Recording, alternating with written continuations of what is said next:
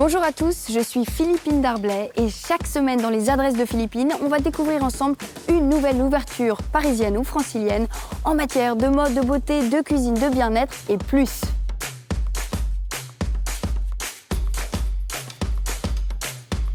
Aujourd'hui, nous sommes à Paris, au cœur du Marais, rue des Blancs-Manteaux, et on va découvrir la 4e et dernière adresse de Copain, une marque de boulangerie et de pâtisserie sans gluten. Et vous allez voir, leur force, c'est la gourmandise, parce que leur création réinterprète des grands classiques français. Bon, je vous propose de rencontrer Giovanni Amico, qui est l'un des 2 cofondateurs. Il va nous en dire un peu plus. C'est parti. Bonjour Giovanni. Bonjour Philippine. Merci de nous accueillir ici, dans une boutique très intime, très jolie, un peu organique dans l'esprit. Il y a un truc moi qui me surprend, c'est vrai que d'habitude il y a un comptoir, un long, et là on se balade. L'idée c'était que vous puissiez vraiment découvrir les produits sans être dans une file d'attente à faire la queue. À devoir choisir très vite. Exactement, et à se dire beaucoup de attends, choses. il y a quoi là-bas?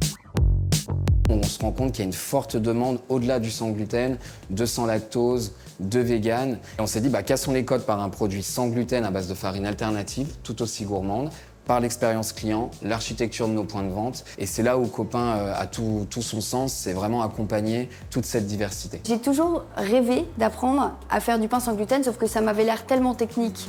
Et je me suis dit, est-ce qu'on pourrait pas en faire un ensemble? Avec plaisir, je vous propose de rejoindre Baptiste à notre atelier. Oh, génial, j'ai hâte. Bon merci.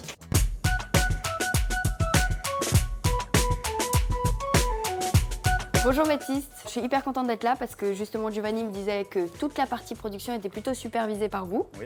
Là aujourd'hui, on va faire quel pain exactement? Alors on va faire le Maxime.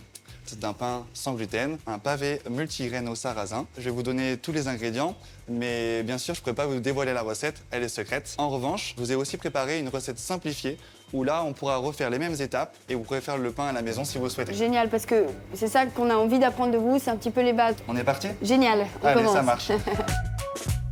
J'imagine qu'on a des super bras après ce métier.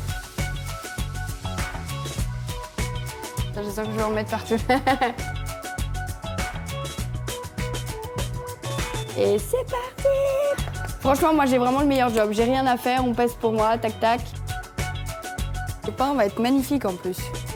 Donc là, on est prêt. On peut passer du coup à l'étape 2 qui va être le pétrissage. Ok.